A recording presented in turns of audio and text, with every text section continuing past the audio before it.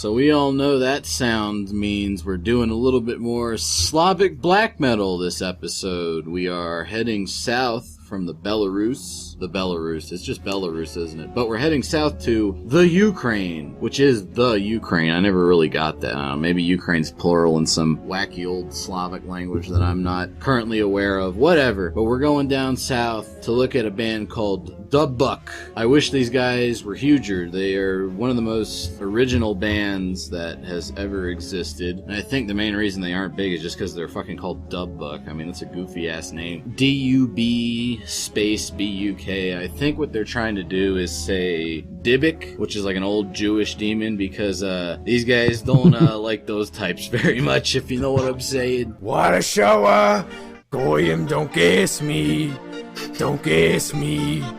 No more! So Dubbuck bursts onto the scene in the late 90s with a pair of demos in a Slavic symphonic black metal style reminiscent of Nocturnal Mortem and Cores, but what set them apart was the high level of composition and the fact that their guitar riffs were a little bit more powerful than what Nocturnal Mortem and such were working with. This is what it sounded like.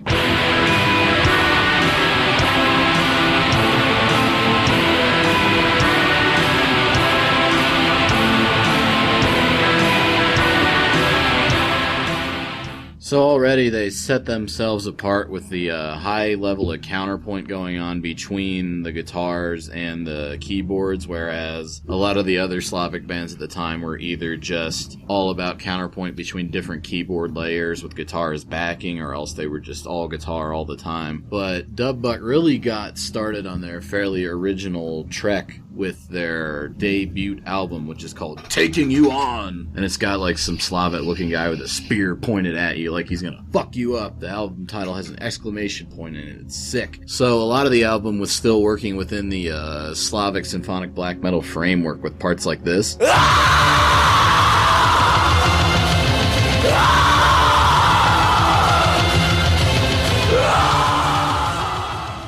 But they were starting to get a little bit more original, incorporating bits of electronic music and sort of like a Gopnik-esque thug culture into their sound with stuff like this.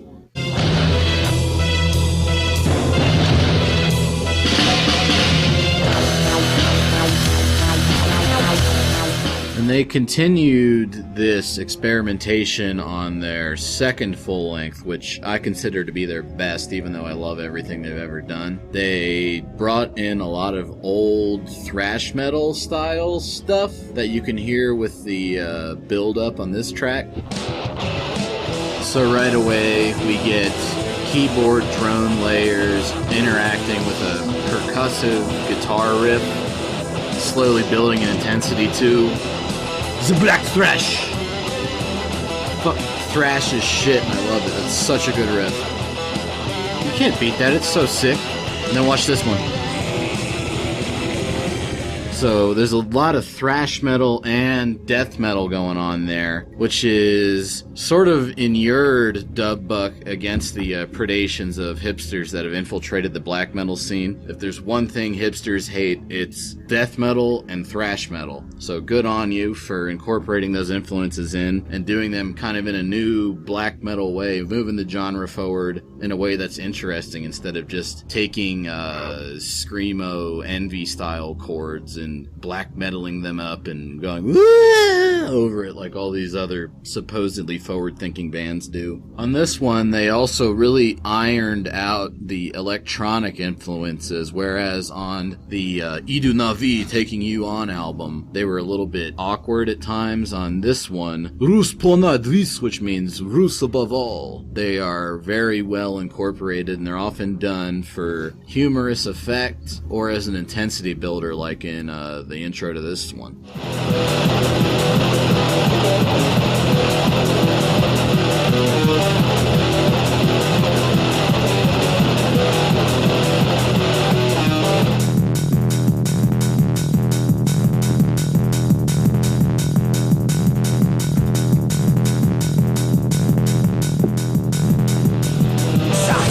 They're also a band with a sense of humor, as you can hear on this part.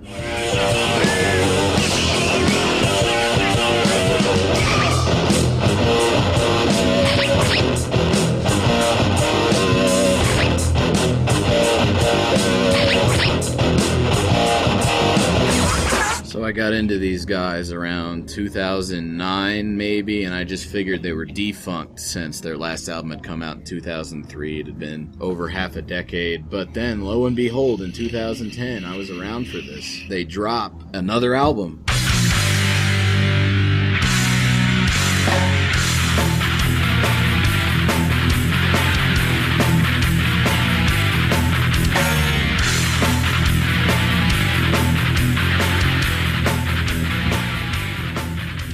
Called The Dead Take No Shame, and on this one they got downright crazy with the electronic influences to the point where they almost had a mechanical, mathematical feel to their songs. The riffs all fit together like a machine. It's pretty crazy. So they got this bed of riffs that they're slowly fading in a synth line over. Builds up in intensity, and then listen to this. They switched up the drum beat to almost sort of an electronic sewing machine kind of thing to add to the overall mechanical feel of it, and then listen to the riff that ends up being the counterpoint to that one.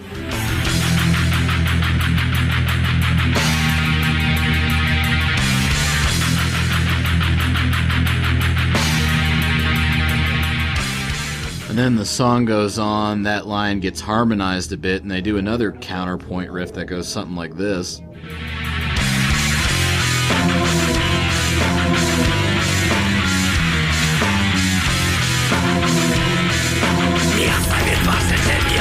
So overall, we're talking about an album constructed with a kind of surgical precision to it, not usually seen in black metal. And they carried that forward onto their final album, which is just called Nail, and all the song titles on it are just like one or two words, and it's very stark and mechanical sounding. So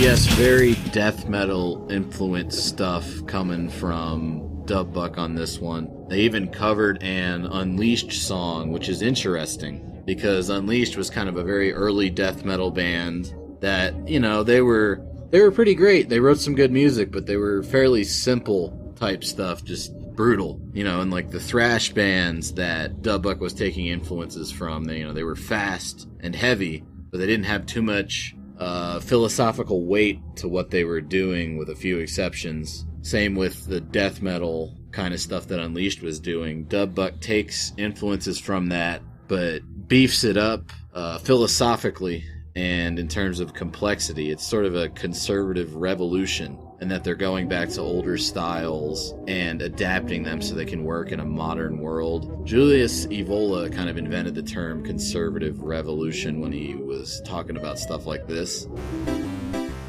Hey, it's curious how words evolve. After all, revolution, according to its original Latin meaning, revolvere, referred to a motion that led again to the starting point, to the origins. Therefore, the revolutionary force of renewal that needs to be employed against the existing situation should be derived from these origins. Wow, that was weird. I feel as though I've been possessed by the spirit of Dago traditionalism. But yeah, anyway, Julius Evola's idea of a conservative revolution was based on how the Latin word for revolution, revolvere, works. So volvere is the Latin word for turn. So literally, if you revolvere, you're turning back to the basics and then building up again from there. So while they might call us reactionaries, we're actually the real revolutionaries, in a sense. And that's exactly what Dubbuck did, especially on those last 3 albums. They went back to older styles of metal in an attempt to reform it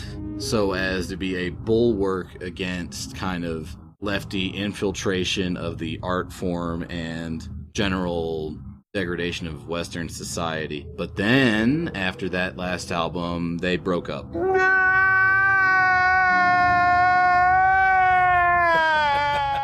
Easy, little guy. Don't worry, they came back a few years later under a different band name called Burshtyn, with a different style but the same kind of spirit to the music. That, however, is a subject for another episode.